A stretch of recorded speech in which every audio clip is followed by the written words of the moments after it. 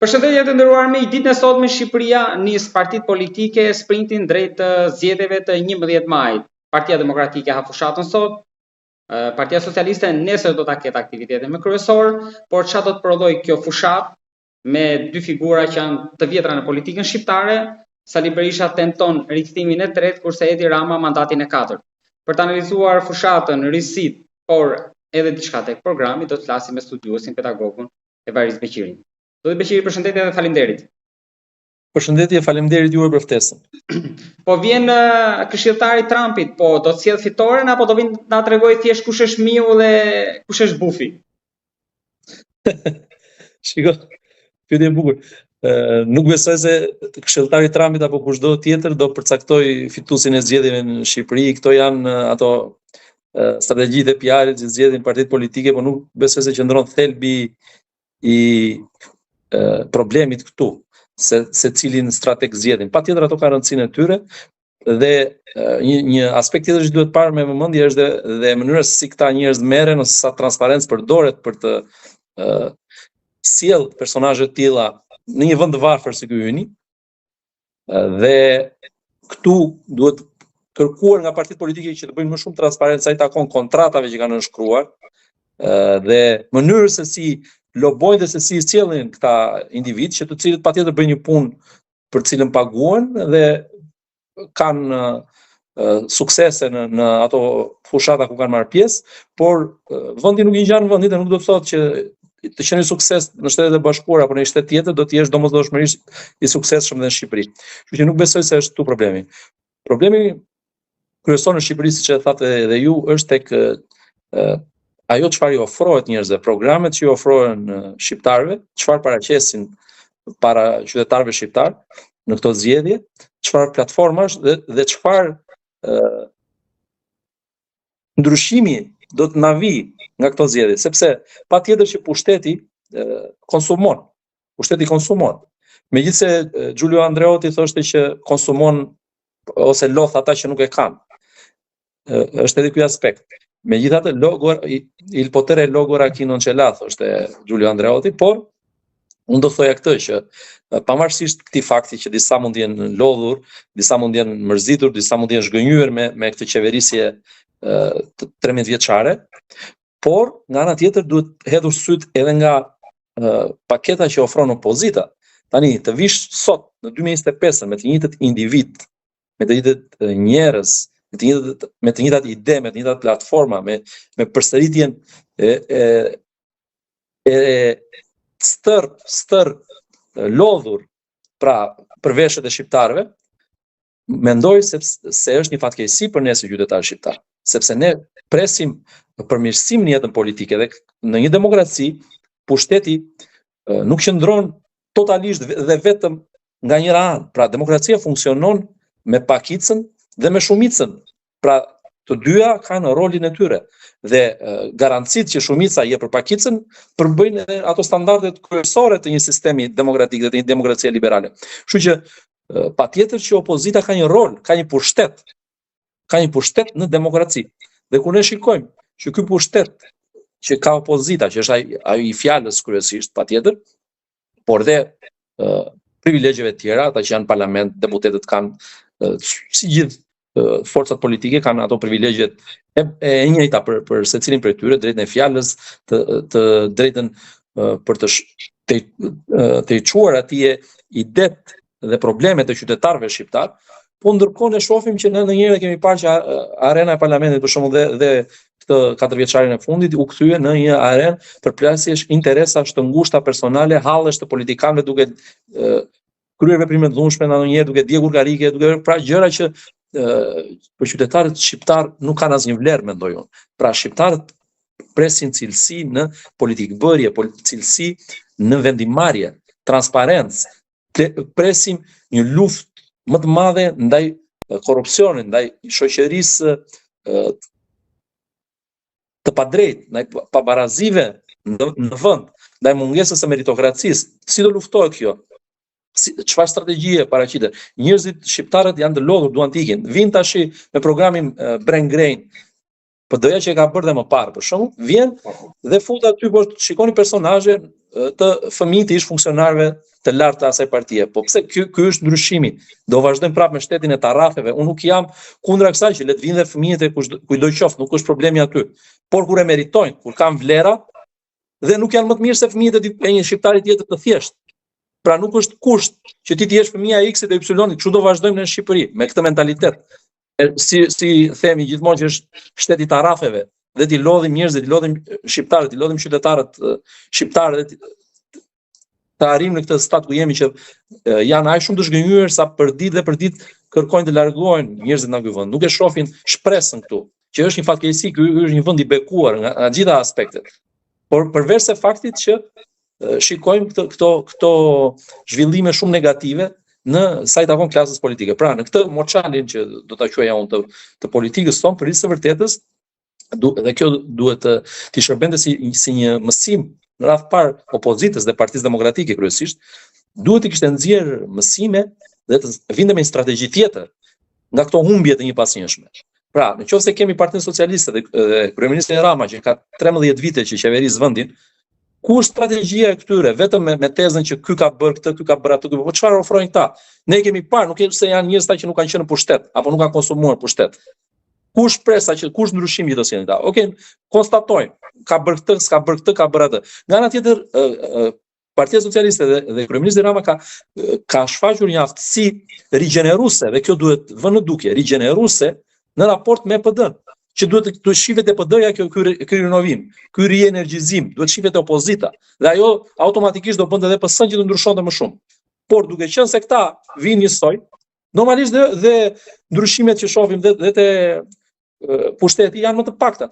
Pra nuk shohim një rigjenerim të vërtet edhe aty. Pra do ishte shumë më mirë që të kishim më shumë figura me vlera, me individualitet, me kapacitete, shqiptarë që mund të vinë dhe nga jashtë vendit që kontribuojnë atje, ti bëje që të vinin këtu për të kontribuar për shtetin tonë, për flamurin tonë. Por duke qenë se është kjo klimë dhe preferojnë më shumë puthadorët apo servilet apo njerëzit besnik apo të kapur për nga interesa të ndryshme, këto preferojnë më shumë në këtë sistem dhe fatkeqësia jonë edhe një herë tjetër. Fati Partisë Socialiste është kjo opozit dhe fatkeqësia jonë si qytetar shqiptar është po kjo opozit. Sepse po të ishte një opozit që frymëzonte, një opozit që rinovoi me njerëz të rinj, me ide të reja, jo me të njëjtat personazhe, se duken që tani se ku duan të dalin me këtë që po bëjnë. Pra duket që se ku po shkojnë. Pra kanë vetëm hallin e tyre. Hallin se si do u vej fati i tyre politik dhe fati personal. Po nuk është ardhmja e Shqipërisë e lidhur me fatin personal të asnjë politikani. Askujt nuk është i pazvend, askush nuk është i pazvendësueshëm. Pra këta kanë arritur në këto vite vetëm të shfaqin humbje dhe mos të mësojnë asnjë gjë nga humbjet. Ishte dikush tjetër deri dje që qeveriste dhe stononte kur këndonte dhe himnin, tani vazhdon na bën dhe repin. Na bën repin po dhe aty stonon. Tani kjo është opozitarizmi. Më vjen keq tash. Është gjunaf që në 2025 ne të jemi në këto kushte. Dhe ky është avantazhi dhe këtë e maksimalizon më së miri ai që është në pushtet, dhe që është kryeministri Rama, dhe që arrin ta menaxhoj, arrin ti bëj diversion në opozit, por dhe fatkeqësia tjetër është edhe tek këto prurjet e reja ose partitë e reja në skenën politike që dhe ato paraqisnin, si më thënë, një shpresë për shqiptarët. Pra, tek partitë e reja, a është një votë e çuar dëm nëse do votohen, sepse mund shkojnë në koshtin e Ramës në fund? Shikon, nuk do të thoja që është votë e çuar dëm te partitë e reja apo te partitë e vjetra, nuk është këtu ideja. Unë do thoja këtë që çfarë përfaqësojnë ato, çfarë duan të sjellin ato, duhet të sillin diçka ndryshe për atë që kemi nevojë ne të gjithë këtu në Shqipëri. Duhet të sillin një politikë, një mënyrë të bërit ndryshe të politikës, një paraqitje krejt tjetër nga ajo që çka kemi parë ne deri tani. Ndërkohë ç'a ndodh? Ndodh që ne shikojmë prap kryetarokracinë, prap të dominuar nga individ të caktuar, dhe individ one man show dhe individ për fat keq, individ që dalin tash si personazhe në disa prej këtyre partive që kanë qenë edhe funksionar të ish partive që ne jemi stërlodhur me ato, qoftë LSI-s apo të një tjetër, kanë qenë funksionar, kanë qenë drejtor për shembull nëpër dikastere të ndryshme dhe kanë lënë ato gjurmë që kanë lënë atje që i dinë shumë mirë vetë se çka kanë bërë. Dhe dalin sot si shpresa e sarnët, bëjnë aleanca, bëjnë koalicione. Po pse kjo është ndryshimi? Ky është mentaliteti i ri. Apo këto futja në lista pak liter, tani na kthyen përmbys atë që ndodhi para disa vitesh këtu që u fut gjithë ai llumi Moçalit që ishte në lista, kaloi para kur u dogjën mandatet, që ishte gafa më e madhe që bëri opozita shqiptare. Gafa më e madhe që ka përgjegjësi të drejt për drejt lideri aktual i opozitës dhe ai që ishte, por të drejt për drejt ata, dhe që nuk e quajnë kështu si të kaluar, ajo ka kostot edhe sot e kësaj dite. Bashkë me bojkotin. Bojkoti po dhe djegja e mandateve që ishte një bumerang, një autogol dhe pastaj lënia e zgjedhjeve lokale. Kështu me gabime pas gabimesh dhe nuk mësojnë nga gabimet, kjo është fatkeqësia. Nëse do kishte qenë skema e koalicioneve, kishte shanse reale Basha që mund të kishte qenë kryeministër. Se meritonin, nuk e meriton se nuk ditën, politika nuk është, shiko, politika është kredo, është moral, është strategji, është aftësi për t'i parë gjërat, është vizion. Gjëra që mungojnë, kanë munguar dhe nuk ta falë njëri pushtetin, nuk e merr dot pushtetin kështu falas. Nuk ta lë njëri falas. Asnjë gjë. Nuk ta lë falas. Nëse do sfidosh, do jesh më i mirë se kryeministri aktual apo se qeverisja e Partisë Socialiste, atëherë po do ta fitosh. Nëse nuk je, nuk ta fal njëri. Në asnjë vend të botës nuk falet pushteti. Kështu që duhet ta fitosh. Këtë ata nuk dinë ta bëjnë, nuk dinë, nuk mësojnë. Kështu që ai që po vazhdon qeverisë, patjetër që është treguar më i aftë se ata. Dhe vazhdon ta qeverisë Shqipërinë dhe është prapë në avantazh për ta riqeverisur. Tani, për të ndalur te partitë e vogla. Tani ne shikojmë aty, siç e thash, personazhe dhe të konsumuara në ndonjëherë, nuk po them se kanë qenë postet më të larta, por në disa poste ku kanë lënë ca gjurmë dhe futen tani prapë me këto lista to gafat që bëjnë fut këtë e fut atë e fut familja. Pse duhet të bëhen kështu? Sistemi është ky që është. Brenda këtij sistemi sfidoj, mundi, hyr sistemi. Shfrytëzoj hapësirat që ka sistemi, po jo duke degraduar. Tani që të paraqesesh se kjo është dhe fatkeqësia tjetër, na paraqitet mediokriteti si normalitet dhe kjo të garanton automatikisht degradimin. Në vend që të na sillnin ide të reja, shpalosje platformash, të bëni një ndryshim cilësor për atë të cilin e kemi nevojë të gjithë si shqiptar, këto na garantojnë këtë që unë sapo u thash. Pra na garantojnë degradimin e mëtejshëm të sistemit duke bërë premtime butaforike, premtime qesharake, që po ti dëgjosh me vëmendje janë të paralizueshme. Nuk mund të nuk mund të bësh populizma dhe vetëm me populizma të fitosh. Jo, nuk është kjo mënyra e dur për të fituar, mendoj unë sot që po flasim në skenën politike shqiptare, nuk është kjo mënyra e dur. Pra, përpiqen të shfrytëzojnë patjetër hapësirat që t'i jep sistemi dhe problemet që ka shoqëria jonë, por nga ana tjetër duhet të jemi dhe realist, duhet të jemi dhe idealist, por duhet të jemi dhe me këmbë në tokë. Pra, ato që premtojnë, a janë në përputhje me realitetin. Nga ana tjetër, Partia Socialiste garanton vazhdimsinë. E dim se çfarë përfaqëson, e dim se çfarë ka ndodhur dhe është vazhdimësia dhe premton ai sa premton, nuk po bën në një premtim butaforik. Sot unë do eci në rrugën e integrimit në BE. Këtë e ka bërë deri tani, për së vërtetës. Dhe do vazhdoj këtë rrugë thot. Nuk do bëj çuditëra. As kam thënë që do bëj çuditëra, vazhdoj në këtë rrugë. Po më besuat, më besoni. Këta tani çfarë sillin ndryshe klasa politike e pjesës tjetër opozitarizmit, çfarë paraqesin ndryshe? Çfarë alternative? Ku është alternativa e tyre? Unë nuk shoh. Dhe kjo, prandaj thash, kjo është fatkeqësia, sepse në momentin që ti konkurrentin e ke kaq të dobët, normalisht që dhe vetë përmirësimi nuk është në të njëjtat nivele motivuese.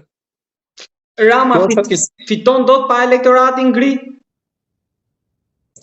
Shiko, elektorati gri është shumë i rëndësishëm, por kush do jetë i aftë që ta përfithi këtë elektorat është pyetja tjetër që shtrojmë. Dhe patjetër që pa kënaqësi ka ndaj pushtetit, siç e thash, ka njerëz dhe vetë njerëz që punojnë në administratë apo që janë njerëz të kësaj force politike mund të kenë pak kënaqësi të tyre. Para të forcës politike është në pushtet, Partia Socialiste mund të kenë pak kënaqësi, por siç ka dhe elektorati i gri, siç ka dhe opozitarizmi, ata që janë pjesë e tij, pra të gjithë mund të kenë pak kënaqësi, ca janë lodhur, ca nuk e preferojnë më. Tani Problemi është këtu që sa do jenë në gjendje këta që të frymëzojnë të elektorati ngri, sa do jenë në gjendje këta që ti shpalosin këti një alternativë reale, jo thjesht e vetëm që janë kryetarët aty dhe ne vetëm one man show dhe dalin gjithandej dhe nëpër Shqipëri po ti shohësh, të gjithë duhet t'i marrë me emra se janë pak a shumë njësoj të gjithë, individualitete të caktuara dhe të gjithë vetëm ata shfaqen në media, vetëm ata pa aftësi për të leadershipi kërkon aftësi për të bërë ekipe. Unë nuk shoh asnjë ekip në asnjë nga forcat që duan të marrin pushtetin në Shqipëri. Një ekip realisht potencial për të marrë pushtetin e për të qeverisur vendin. Unë nuk e shoh këtë sot. Dhe kjo është një tjetër, domethënë këmban alarmi për shoqërinë tonë, sepse nëse do ishin realisht me këtë mundësi për të bërë diçka ndryshe, duhet të kishin ekipe. Qeveriset me ekipe, nuk qeveriset me i vetëm. Dhe patjetër do thonë ju, po çfarë ka bërë Pozita në këtë aspekt. Patjetër që mund të kishte bërë shumë më shumë dhe do të ishte një akt prej mbështetasi nga kryeministri Rama, nëse ai do ta kishte bërë një hapje të Partisë Socialiste të plot dhe të vërtet, jo vetëm me individualitete dhe me njerëz që janë bërë një pjesë personazhe memesh apo sepse e ka luksin që ta bëjë dhe këtë eksperiment ai. Pra janë njerëz që mund të ofrojnë disa vota në vende të caktuara, në zona të caktuara, bëjnë llogaritjet e tyre partit, vendosin difuzin nëpër lista e kështu me radhë, por nga ana tjetër unë do doja që të shifja individualitete dhe potenciale në politikën shqiptare, që të sillin realisht ndryshim për qytetarët, të sillin cilësi në politikë bërje, të sillin cilësi në mënyrën e konceptimit të gjës, pra të sëmirës publike. Pra ne për këtë po vuajmë sot. Ne kemi nga ana tjetër po flitet reforma drejtësi, e cila dhe ajo është në një moment të kyç. Pra kemi këto veprimet e SPAK-ut që patjetër duhen përshëndetur në luftën ndaj korrupsionit, por nga ana tjetër po të shikojmë reforma në drejtësi kishte të bënte me pastrimin dhe me luftën ndaj korrupsionit në vetë sistemin e drejtësisë njëherë. Ku e kemi në këtë luftë? U pastrua nga vetingu sepse mbaroi procesi i vetingut, u mbyll komisioni i pavarur kualifikimit, e mbylli misionin e tij, i mbylli të gjitha çështjet, rreth 400 magjistrat u larguan nga sistemi, por nga ana tjetër këta njerëz që u larguan për paaftësi dhe një pjesë shumë e madhe për mos justifikim pasurie, pra i bie që kanë bërë korrupsion. Ku është një pjesë janë rehabilituar ndoshta në administrat, një pjesë avokat. Pikërisht pra kjo është fatkeqësia tjetër, sepse në momentin që ne rrëzojmë sistemin e vlerave në shoqëri, siç kemi bërë vazhdimisht në këto vite, sepse duke marrë një njerëz që ai largohet për shkelje, për mungesë integriteti nga sistemi i drejtësisë dhe e çon pedagog që të formojë njeriu. Drejtësia është një ideal. Drejtësia nuk vjen vetvetiu. Ligjet ti mund t'i bësh, mund t'i kopjosh, mund t'i sajosh, mund t'i marrësh modelet më të mira në botë, por për t'i zbatuar është tjetër që duhet njeriu i drejtë. Drejtësia jepet nga njerëzit e drejtë. Pra është një ideal që të kërkon dhe njeriu, kërkon formimin e njeriu me integritet, njeriu të drejtë, dhe këtë e bën shoqëria, e bën shkolla, e bën edukimi. Kush do i edukoj juristët e ardhshëm? Kush? Këta njerëz që dalin nga sistemi apo pedagogë që vegjetojnë aty prej vitesh, njerëz që nuk frymëzojnë. Pedagogu është një model, duhet frymëzoj studentin. Edhe këta 6 vite ikën, edhe janë 5 edhe 9 kanë mbetur që mund të rikthehen prapë sistemin e drejtësisë. Pikërisht, dhe një pjesë patjetër që do tentojnë, një pjesë i duan të futen edhe në politikë. Janë futur, biles janë pjesë e listave, pra të gjitha këto janë kampana alarmi. Pra kjo reformë ku po e çon shoqërinë tonë? Kjo reformë duhet të jepte mesazhe. Do të jepte mesazhe që ai që korruptohet, ai që shkel ligjin, do ndëshkohet. Nuk do ndëshkohet vetëm politikanët, do ndëshkohen edhe këta. Patjetër ajo është shumë e rëndësishme se janë të lidhura gjëra dhe shumë mirë që SPAK-u ka vepruar në atë aspekt.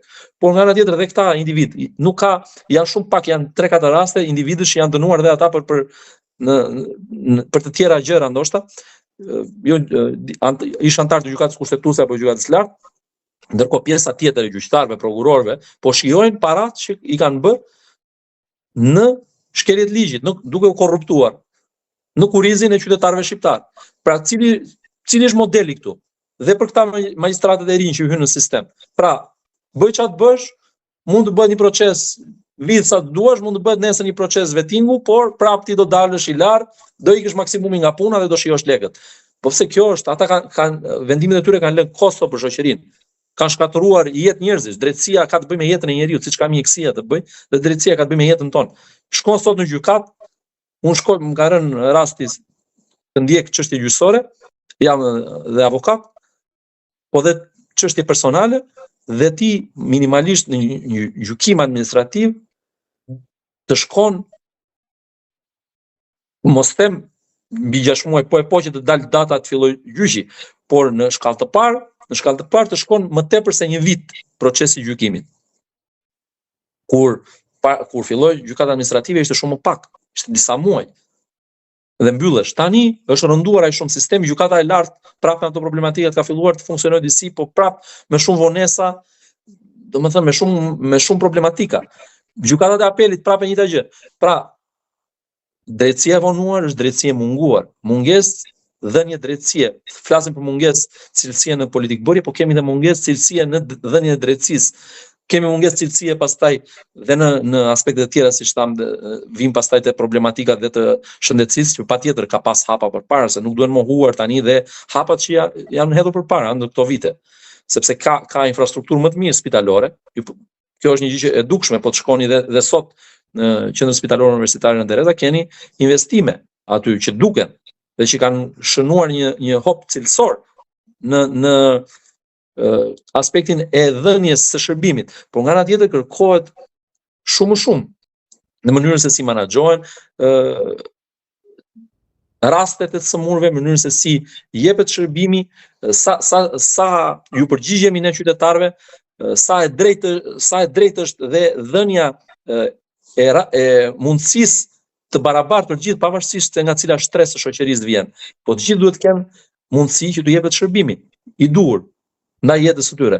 Dhe kjo është një tjetër aspekt, sepse pabarazia sociale është një tjetër plagë që duhet luftuar. Siç është korrupsioni, është dhe ulja e pabarazisë në shoqëri. Duhet një shoqëri e drejtë. Thashë një tjetër, ka pas hapa pozitive, por duhet luftuar dhe duhet bërë më shumë. Dhe këtë duhet ta bëjmë të gjithë, mendoj, përveç klasës politike, por të gjithë si shqiptarë, të gjithë si qytetarë të këtij vendi duhet luftojmë. Ju si media bëni punën tuaj dhe keni një mision shumë të rëndësishëm në shoqëri. Dhe ne si qytetarë, pra të gjithë ata që janë të angazhuar në politikë, por dhe ata që nuk janë, duhet që të bëjnë diçka për ta përmirësuar të vend. Pra shiko, demokracia nuk është privilegj ose nuk është çështje vetëm e atyre që mbajnë pozicione zyrtare. Në demokraci të gjithë qytetarët mbajnë një funksion publik dhe kështu funksionon si duhet demokracia. Pra nuk u lihet dhe nuk themi po s'kemi punë me këtë gjë. Jo, në çdo gjë duhet reagim qytetar, duhet reagim civil. Pra duhet për të bërë të mundur përmirësimin, për të bërë të mundur evoluimin e gjës. Pra ndryshimi nuk vjen vetvetiu dhe ndryshimi nuk vjen me një herë. Kërkon kohën e vet, patjetër. Nuk është e lehtë të ndërtosh sistem demokratik. Asnjë vend nuk e ka pas të lehtë. Shikoni, hapni dhe historinë e vendeve evropiane apo vendeve të tjera. Shikoni se si është ndërtuar një sistem demokratik. Pra ka dashur me shekuj. Ka do një traditë, do një kulturë, nuk është e lehtë. Dhe ne nuk duhet bëhemi pesimist që Shqipëria nuk bëhet, apo Shqipëria është bërë. Shqipërinë e bën ata burra që themeluan këtë vend që në 1912. Ajo që kemi ne, detyra që kemi ne sot si shqiptar, është ta bëjmë më të mirë, ta çojmë më tej.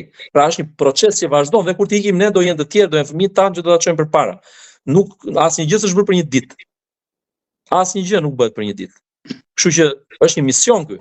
Dhe është dhe gabim dhe që të jemi dhe një listë, që të mohojmë dhe zhvillimet, të mohojmë edhe gjërat pozitive në shoqëri. Siç nuk duhet dhe që të fshejmë dhe plagët apo problematikat, dhe që duhet të diskutojmë, sepse them se e vërteta, pavarësisht se disave nuk ju pëlqen, po e vërteta i bën mirë, mendoj, shoqërisë tonë, i bën mirë zhvillimit të një shoqërie të demokratike dhe i bën mirë në fund të ditës përmirësimit të jetës tonë si qytetar të këtij vendi. Zoti Beqiri, ju jeni jo vetëm studiues, avokat, pedagog, por më lejoni t'ju pyes në gjithë këtë kornizë, a ka një ligj të pashkruar që drejtësia nuk ndërhyn në të paktën një muaj të fushatës? Tu e kam fjalën tani për Spakun. Mendoni që do ta ruaj Spaku këtë që nuk do të ndërhyj për të bërë goditje gjatë 30 ditëve e para, edhe e dyta, duke qenë se keni mbajt poste të rëndësishme të institucioneve sensitive.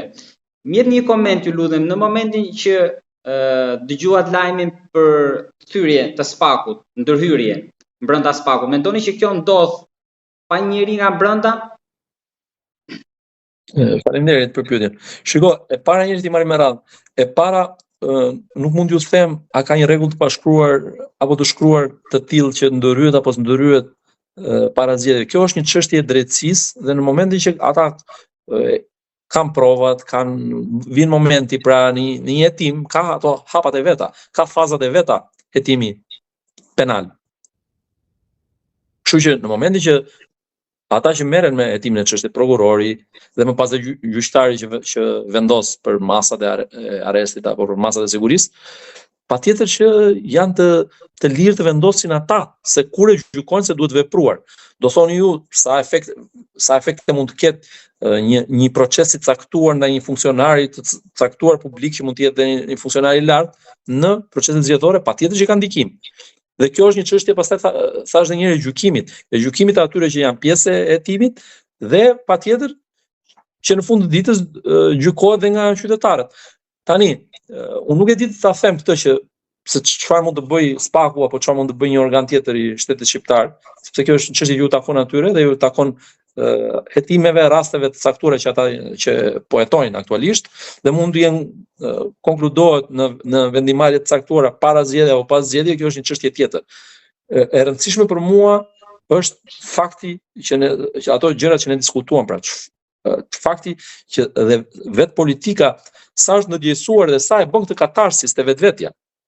Në momentin që ti rikthen personazhe të përfolur për korrupsion, qoftë në sistemin e drejtësisë, qoftë në administratën publike, i rikthen dhe mi fut në lista mi paraqet si e ardhmja, e ndryshimi i Shqipërisë, për mua që këtu ka rënë morali, ka rënë kredua. Pra është kredua me gjitha në politikë, është besimi.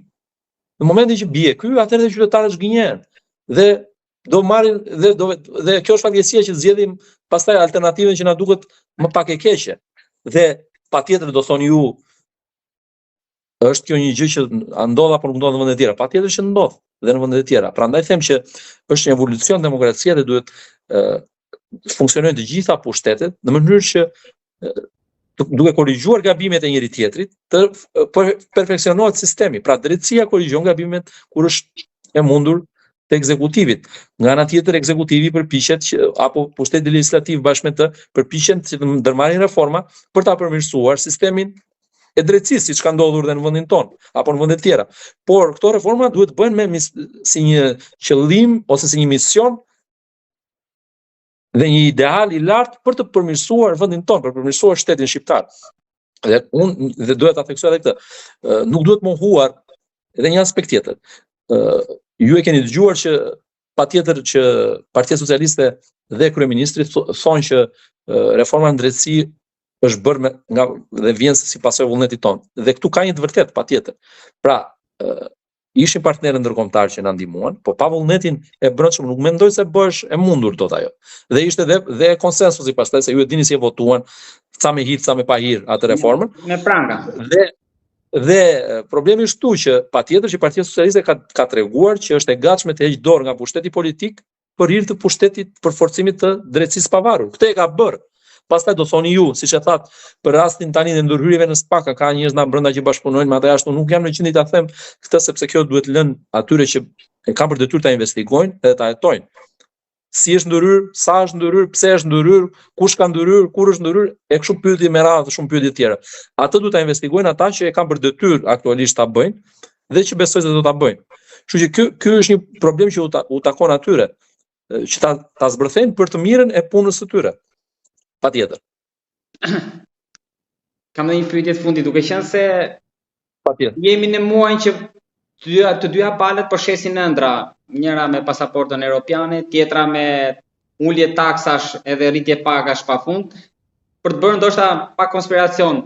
A mendoni që mund të jetë Erion Velia që mund ta vendosë qeverinë e re pavarësisht që është nga qelia, duke qenë se ne dim që zgjedhjet do bëhen vetëm për 20-30 deputet nga listat e hapura, pasi lista e mbyllur janë të saksuar edhe të vendosur.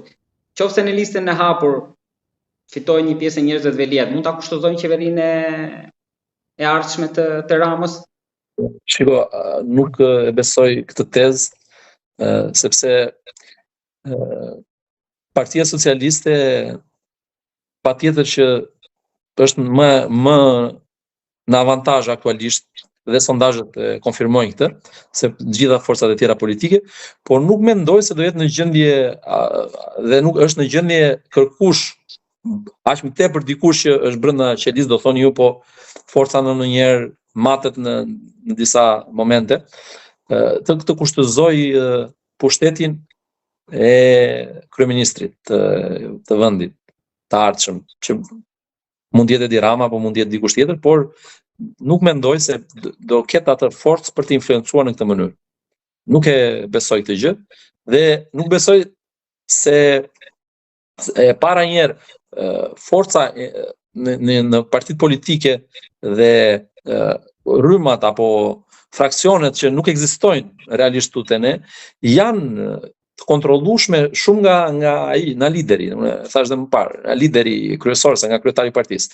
Nuk mendoj që ka njerëz aty që mund t'i bëjnë një sfidë të tillë kryeministrit. Nuk e shikoj unë, të paktën në optikën time, në perceptimin tim, nuk e shikoj të mundshme një skenar të tillë. Pra nuk janë në gjendje ta bëjnë, nuk kanë tentuar ta bëjnë ndonjëherë dhe as nuk besoj do ta tentojnë ta bëjnë.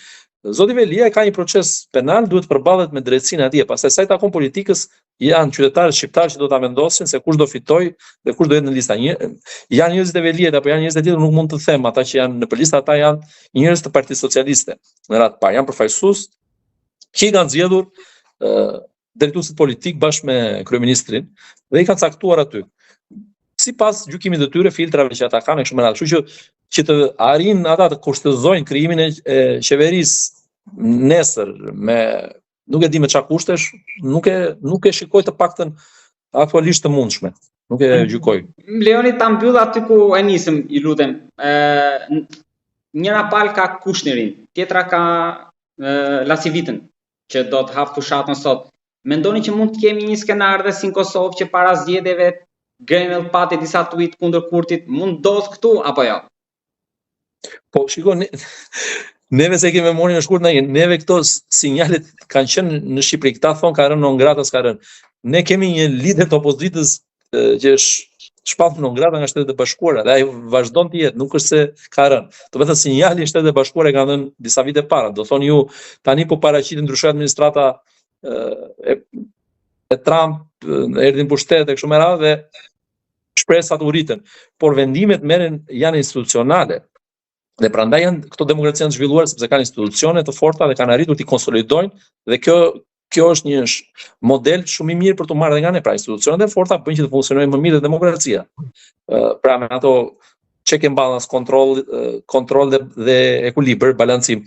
Kështu që nuk mendoj që tani do ketë skenar të tillë sepse këto sinjale janë dhënë në Shqipëri dhe nuk kam përshtypjen që nuk ka çfarë të jepen më sinjale tani, sepse shqiptarët, ata që duan i kuptojnë gjërat dhe i shikojnë. Pra, lideri i opozitës vazhdon të jetë non grata. Dhe kjo dihet tashmë. Pavarësisht se duan ta paraqesin ku diun bëjnë këto lojrat e prestigjit, magjit që i ka rënë non grata, po është fakt. Dokumenti është aty. Po patjetër. Tani mund të ketë një deklaratë tjetër, mund të mos ketë, nuk e di. Kjo do varet dhe nga zhvillimet e mëpasme. Tani ne nuk akoma kemi nga kur me punë, nuk ka një ambasador as në Shqipëri as në Kosovë. Dhe ky është një fakt tjetër që duhet marrë në konsiderat dhe besoj se në të ardhmen do ketë një ambasador si këtu si në Kosovë, por nga ana tjetër unë gjykoj këtë që zgjedhjet vendosen nga qytetarët shqiptar. Patjetër që mund të ketë influencën e tyre, ju e patë edhe Twitteri Grenellit apo i kujdo qoftë, nuk është se ndikoi në humbjen e zgjedhjeve nga kryeministri Kurti në Kosovë apo jo. Do thonë ju mund të ketë ndikuar disi, nuk besoj se ka ndikuar, them ndoshta mos ka ndikuar në të kundërtën, mund të ketë ndikuar edhe për të shtuar ndonjë vot diku. Kështu që nuk është kjo çështja, është ky, dakor, është ky mentaliteti i vendeve të vogla që shikojmë gjithmonë te i madhi, te vllai i madh, ose te ç'a tha ai, ç'a tha ky, u tha Amerika kështu, tha Italia kështu, tha Franca, Gjermania njëra tjetrën, por në fund të ditës ai që vendosë qytetari shqiptar, zgjedhjet do vendosen këtu. Dhe vullneti, verdikti i popullit do respektohet dhe do zbatohet pastaj. Kaq e thjeshtë është. Zoti Beqiri, faleminderit shumë për gjithë analizën. Faleminderit juve, ishte kënaqësi.